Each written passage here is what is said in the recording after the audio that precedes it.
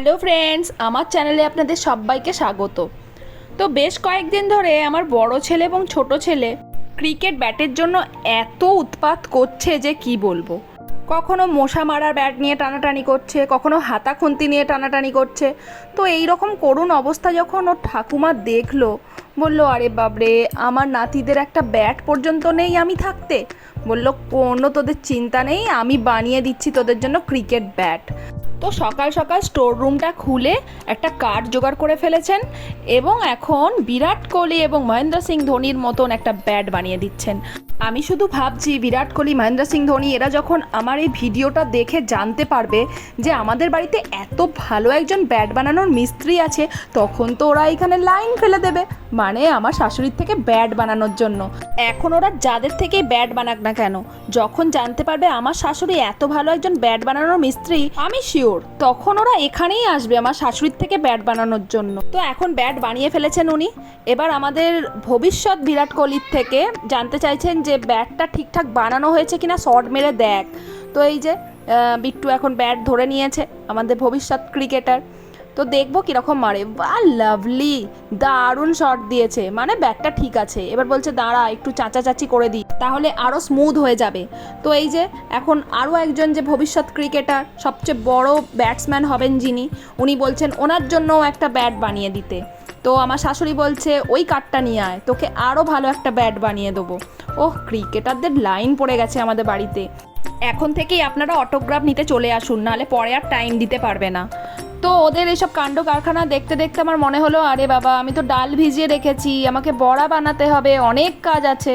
তো জাদু করে আমি তো ডালটাকে বেটে নিলাম। এবার এর মধ্যে একটু হলুদ, একটু জিরে আর একটু খাবার সোডা আর একটু নুনও দিয়ে দিয়েছি, দিয়ে ভালো করে ফেটিয়ে নিচ্ছি।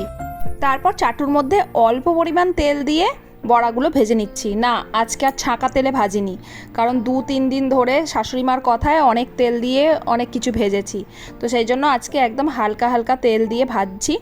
আর শাশুড়ি বলেই দিয়েছে যেন বড়াগুলোকে বেশি হার্ড করে না ভাজি, মানে বেশি হার্ড করে ভাজলে আসলে আজকে আমি বলতেই ভুলে গেছি যে আমি কি বানাতে চলেছি। আজকে মুসুর ডালের বড়ার টক বানাতে চলেছি। তো বড়াগুলো বেশি মচমচে করে ভাজলে, টকের মধ্যে দিলে না বড়াগুলো শক্ত হয়ে যাবে, সেই জন্য বলেছে হালকা হালকা করে ফ্রাই করে যেন তুলে নিই। তো সেইটাই করছি।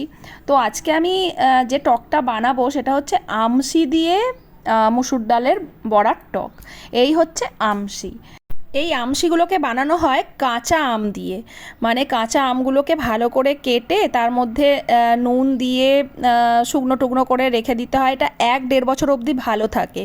তো আমার শাশুড়ি এটা ভালোভাবে বানায়, যখন এবছর বানাবে তখন সেটা রেসিপি দিয়ে আমি ভিডিও দিয়ে দেবো।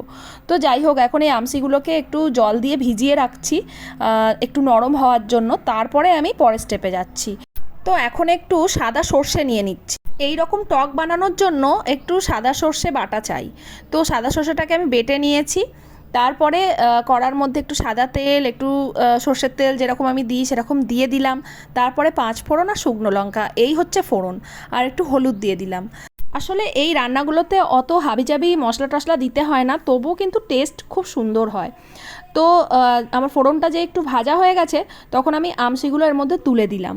তারপরে ভালো করে একটু নাড়াচাড়া করে নিলাম। এবারে সর্ষে বাটাটা দিয়ে দেবো। তো সর্ষে বাটা অল্প দিলেই চলে আর কি।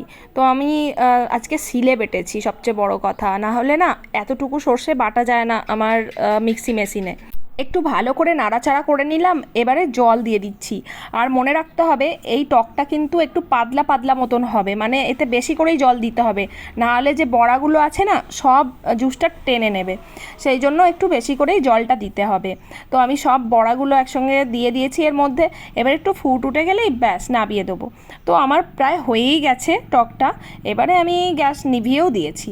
তো ভাত বেড়ে নিয়েছি। তো গরম ভাতের সঙ্গে তো দারুণ খেতে লাগে, কিন্তু আমার ছেলেদের খাওয়াতে খাওয়াতে 1-1.5 ঘন্টা লেগে যায়, তাই গরম ভাতটা আমার কপালে খুব কমই জোটে। তো আমাদের বাড়িতে যখনই আমশির যে কোনো টক বানানো হয়, তখন কিন্তু অবশ্যই আলু ভাতে রাখা হয়। আলু ভাতের সঙ্গে টক খেতে দারুণ লাগে। আজকেও রেখেছি। আর আমাদের গাছে না কুমড়ো ফুল হয়েছিল, কয়েকটা কুমড়ো ফুল আমার শাশুড়ি তুলে এনেছিল, সেইটার বেসন দিয়ে বড়া করেছি, দারুণ খেতে লেগেছে।